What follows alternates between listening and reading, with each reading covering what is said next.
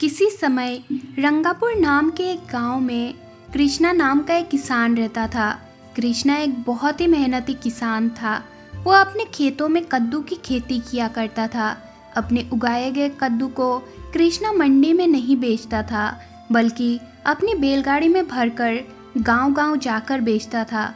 एक बार एक आदमी कृष्णा के पास आया जो किसी दूसरे गांव से आया था, और वो कृष्णा से कहने लगा, अरे भैया, भाई साहब, नमस्कार नमस्कार।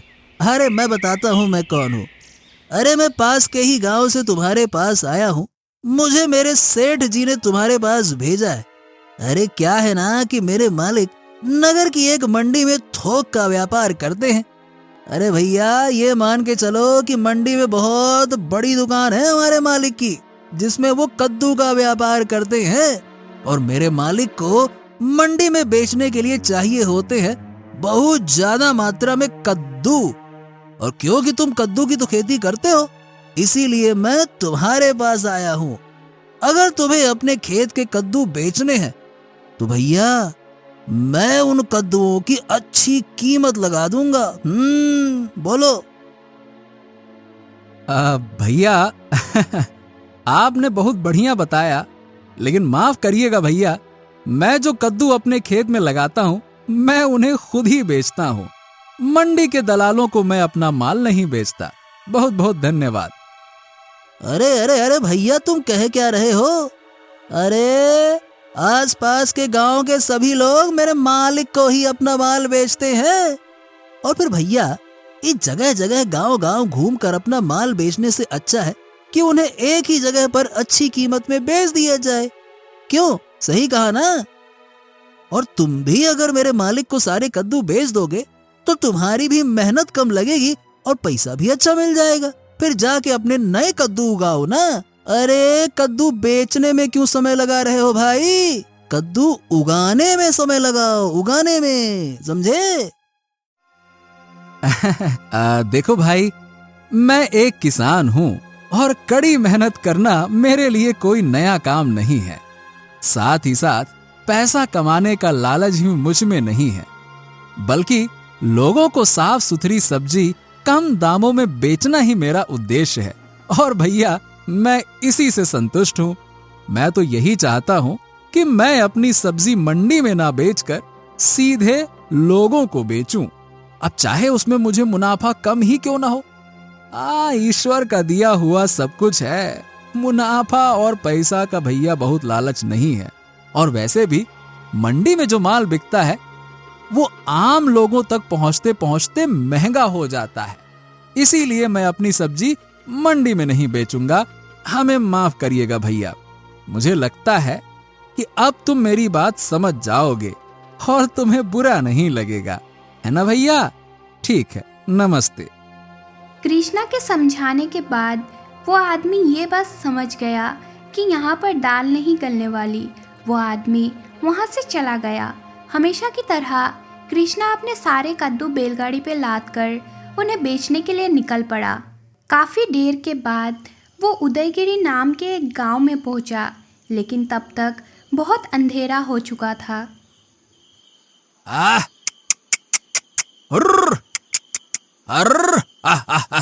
चल। अरे शाम ढल गई और अंधेरा भी हो गया। इतनी दूर चलते चलते मैं भी थक गया हूं और हमारे ये दो प्यारे बैल भी। ऐसा करता हूं कि आज रात यहीं पर गुजार लेता हूं। हाँ, यहां ठीक रहेगा।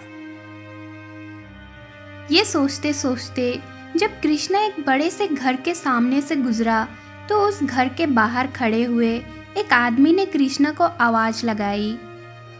ओ भाई, कौन? अरे कौन हो तुम?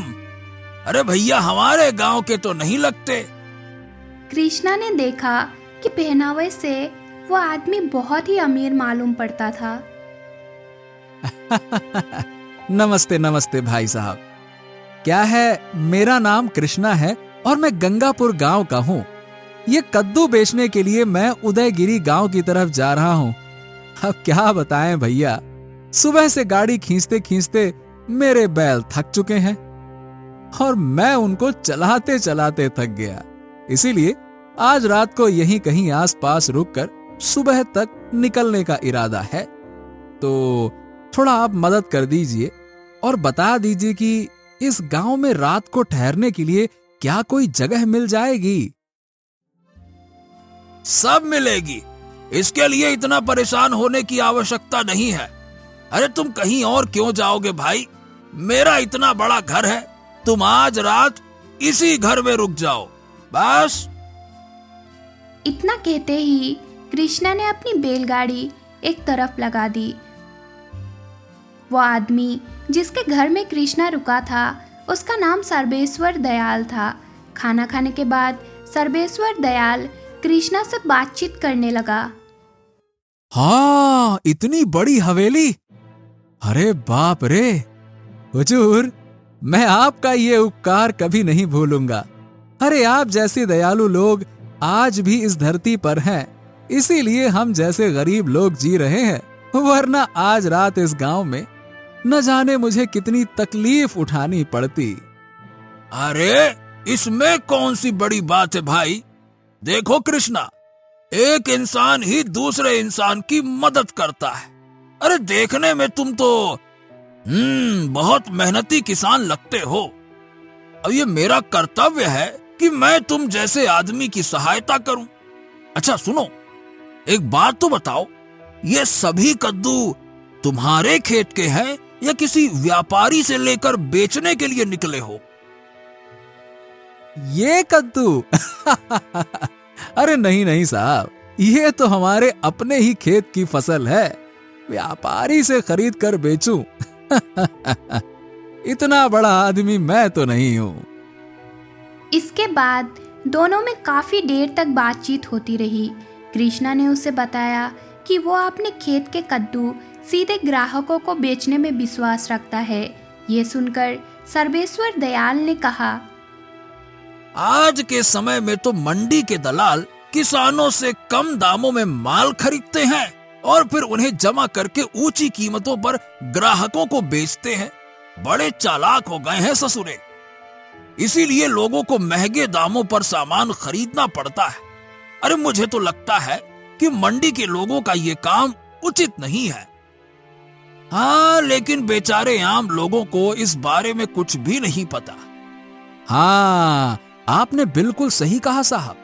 अरे आजकल तो यही सब कुछ हो रहा है और ऐसा ना हो, इसीलिए तो मैं अपने खेत के कद्दू सीधे ग्राहकों को कम कीमत पर बेचता हूं। हाँ, मैं समाज के प्रति अपने कर्तव्य को पूरा कर पा रहा हूं, ये अच्छा लगता है ऐसा करके। हाँ सच में कृष्णा भाई, तुम्हारे विचार बहुत ही उच्चतम हैं। अगर सभी लोग तुम्हारे जैसे सोचने लगे तो सबका भला हो जाए। अच्छा सुनो, अब काफी रात हो गई है, तुम्हें सुबह जल्दी उठना है। और फिर सर्वेश्वर दयाल ने अपने घर के एक कमरे में एक चारपाई बिछाकर कृष्णा के सोने का इंतजाम कर दिया और खुद अपने कमरे में सोने के लिए चला गया। अपनी चारपाई पर लेटने के बाद कृष्णा सर्वेश्वर दयाल के बारे में सोचने लगा। हाँ, ये कितना अच्छा इंसान है, इसने मुझ जैसे गरीब किसान को अपने घर में आश्रय दिया। सचमुच इतना धनी होने के बावजूद इसमें बिल्कुल भी अहंकार नहीं है। इसका मन सचमुच बहुत ही निर्मल है। बहुत बढ़िया, ऐसे इंसान भला आजकल की दुनिया में कहां मिलते हैं।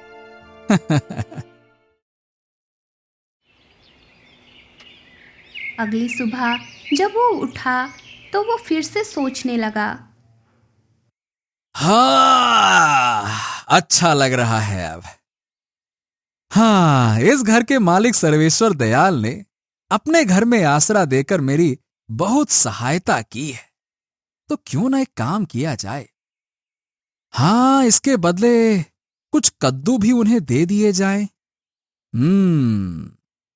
ये सोचकर कृष्णा जब कद्दू के ढेर के पास पहुंचा तो ये देखकर वो हैरान रह गया कि कद्दुओं का ढेर आधा ही रह गया था। वो तुरंत घर के मालिक सर्वेश्वर दयाल के पास गया और उससे कहने लगा, अरे अरे अरे साहब, मैंने रात को आपके आंगन में जो कद्दुओं का ढेर लगाया था, अरे उसमें से आधे कद्दू गायब हैं। अरे क्या हो गया है? क्या आपको इसके बारे में कुछ पता है? उसकी बात सुनकर सर्वेश्वर दयाल को गुस्सा आ गया और वो कहने लगा, राम राम राम राम, मैंने बहुत बड़ी गलती कर दी जो तुम जैसे आदमी को अपने यहाँ पर आसरा दे दिया। एक तो मेरे घर में रहे, ऊपर से मुझ पर चोरी का इल्जाम भी लगा रहे हो, हैं? अरे भाई, तुमने पहले मेरा विश्वास जीता और फिर मेरे साथ विश्वासघात किया। अरे मैं तो तुम्हें एक बहुत भला इंसान समझ रहा था, लेकिन तुम तो एक बहुत ही चालबाज और धोखेबाज इंसान निकले। मेरे सो जाने के बाद तुमने मेरे कद्दू चुरा लिए। तुम्हारा दिमाग तो ठीक है कि नहीं है? जिस थाली में खाया उसी में छेद करते हो। मैंने तुम्हारी सहायता की और तुम मुझ पर ही झूठा आरोप लगा रहे हो। असल में गलती मेरी है जो मैंने तुम जैसे आदमी को अपने घर में आसरा दिया और बेवजह ही मुसीबत मोल ले ली है। सर्वेश्वर दयाल की बात सुनकर कृष्णा को और भी अधिक गुस्सा आ गया और वो कहने लगा, वाह वाह वाह वाह वाह वाह, एक तो आपने चोरी की, ऊपर से सीना चोरी कर रहे हो। ए, झूठ मत बोलो, चुपचाप मेरे कद्दू लौटा दो, मैं यहाँ से चला जाऊंगा। अच्छा, तो तुम मुझे धमका रहे हो? चुपचाप ससुर के नाती यहाँ से शराफत से निकल जा, वरना अपने आदमियों को बुलवाकर तुझे धक्के मार के यहाँ से निकलवा दूंगा। बहुत देर से तेरी बकवास सुन रहा हूँ, लेकिन अब और नहीं सुनूंगा, बेईमान कहीं का। सर्वेश्वर दयाल के धमकाने पर कृष्णा मन ही मन में सोचने लगा, हाँ, अब इससे तो बात करना ही बेकार है। कृष्णा ने अपने बाकी कद्दुओं के साथ सर्वेश्वर दयाल के घर से निकल गया। कृष्णा सीधा गांव के मुखिया के पास गया। कृष्णा ने मुखिया जी को सर्वेश्वर दयाल के यहाँ पर हुई सारी घटना विस्तार पूर्वक बताई। सारी बातें सुनने के बाद मुखिया जी कहने लगे, अगर सचमुच तुम्हारे कद्दू सर्वेश्वर दयाल ने ही चुराए हैं, तो मैं अवश्य ही उन्हें वापस दिलवा दूंगा। लेकिन ये बताओ कि तुम तो कह रहे थे कि वो बहुत ही अमीर आदमी है, तो फिर एक अमीर आदमी भला ऐसा काम क्यों करेगा? कहीं ऐसा तो नहीं कि किसी और ने तुम्हारे कद्दू चुराए हो? अरे नहीं मुखिया जी, मुझे पक्का विश्वास है कि ये काम उसी आदमी का है। ठीक है, तो उससे बात करने के बाद ही कोई फैसला किया जाएगा। मुखिया ने उसी समय सर्वेश्वर दयाल को बुलाने के लिए कुछ आदमियों को भेज दिया।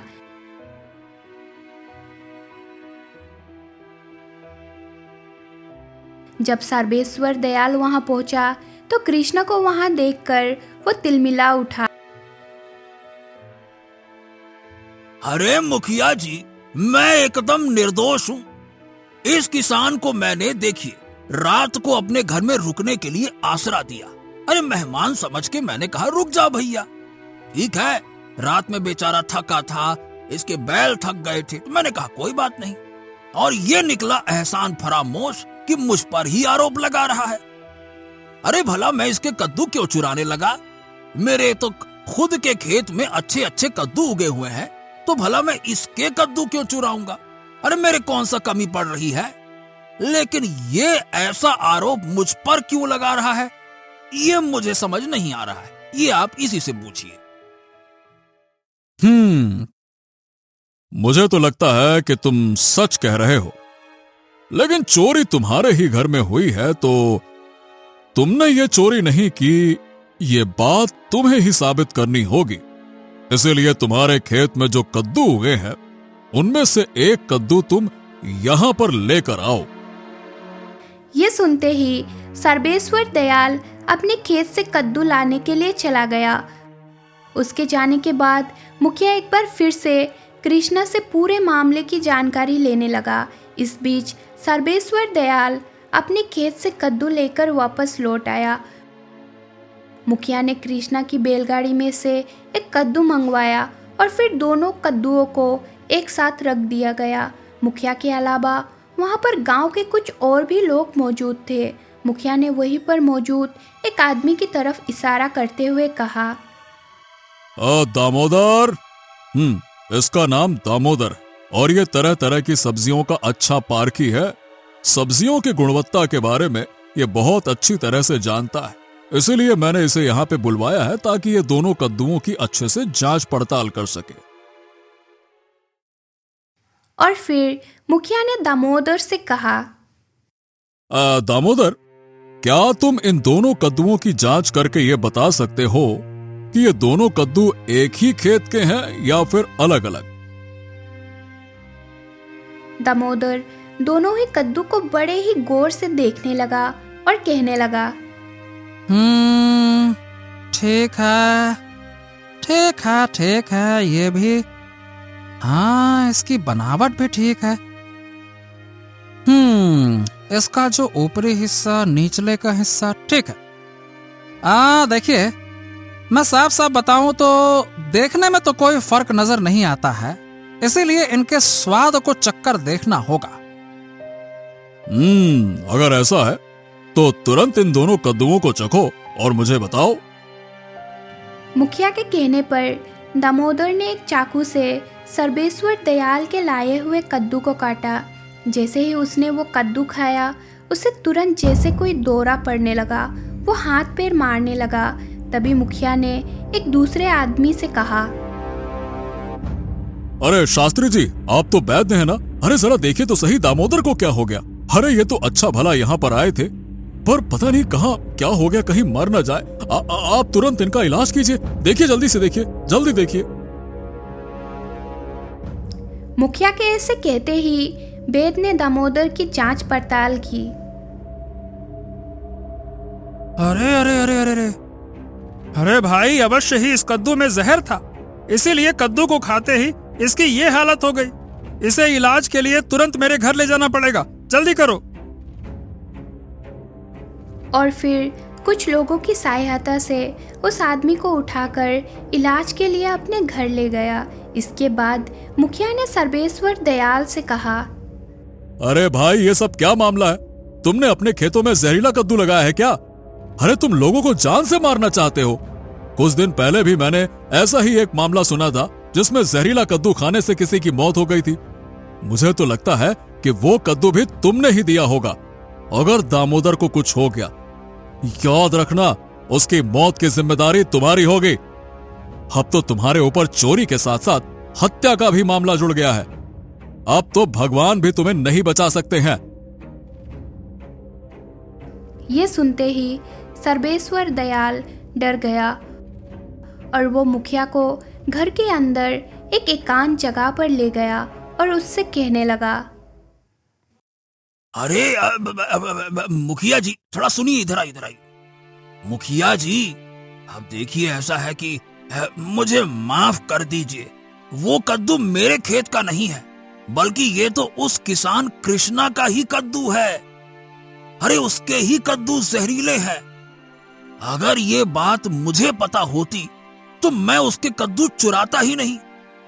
देखिए, अगर आप इस अपराध का दंड देना चाहते हैं तो उस कृष्णा को दीजिए ना, क्योंकि ये कद्दू उसी के हैं। हाँ, अगर आप मुझे इस समस्या से बचा लेंगे देखिए, मैं आपको माला माल कर दूंगा। हाँ, अरे बहुत धन दूंगा मैं आपको। आप सोच के देखिए एक बार। ये सुनकर मुखिया को क्रोध आ गया और वो कहने लगा, वाह वाह वाह, मुझे माला माल करोगे? अरे एक तो तुमने खुद चोरी का अपराध किया, ऊपर से मुझे रिश्वत देकर इसमें शामिल करना चाहते हो। अरे कृष्णा को बलि का बकरा बनाना चाहते हो क्या? मुझे तो पक्का यकीन हो गया है कि इससे पहले भी तुमने कई अपराध किए होंगे। तुम्हें क्या लगता है कि हर आदमी तुम्हारे जैसा लालची होता है? तुमने मुझे भी एक लालची इंसान समझा जो रिश्वत का पैसा हजम कर जाऊं? तुम्हें मालूम है कि मुझे रिश्वत देना भी एक अपराध है। अगर तुमने अपना अपराध मान लिया होता तो ज्यादा बेहतर होता। अब तुमने 3 अपराध कर दिए हैं, जान लेने का, चोरी का और मुझे रिश्वत देने का। तभी वहां पर कृष्णा, दामोदर और वो वेद भी आ पहुंचे। उन तीनों को देखकर सर्वेश्वर दयाल चौंक गया और कहने लगा, अरे अरे अरे अरे अरे इधर देखो भैया, देखो तो जरा, दामोदर तो एकदम ठीक है। अरे उसे तो कुछ नहीं हुआ, वो एकदम सही सलामत है। लेकिन अगर उसे कुछ हो भी गया होता तो उसमें भी भैया मेरा कोई कसूर नहीं था, क्योंकि ये कद्दू मेरा था ही नहीं। वो कद्दू तो मैंने इस किसान कृष्णा का चुराया था। अब क्योंकि वो कद्दू मेरा नहीं था, इसलिए अब मुझ पर किसी की हत्या या हत्या करने का अपराध नहीं बन सकता।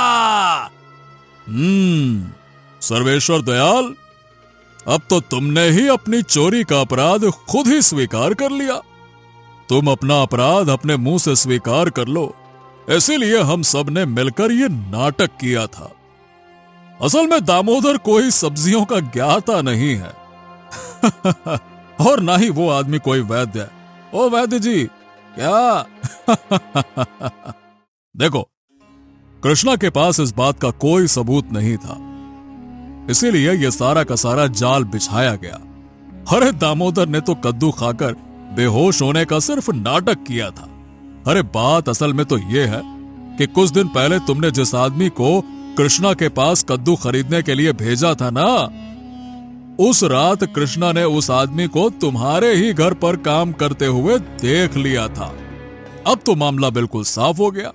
कृष्णा ने हमें पहले ही बता दिया था कि तुमने एक आदमी को पहले से ही इसके घर पर कद्दू खरीदने के लिए भेजा था। कृष्णा ने तुम्हारे भेजे हुए आदमी को कद्दू नहीं बेचे, इसीलिए तुमने इसे अपने घर के सामने रोककर अपने घर में रुकने की जगह दी और इसके आधे कद्दू चुरा लिए। अरे तुम्हारे जैसे मंडी के दलाल ऐसा नीच काम करेंगे?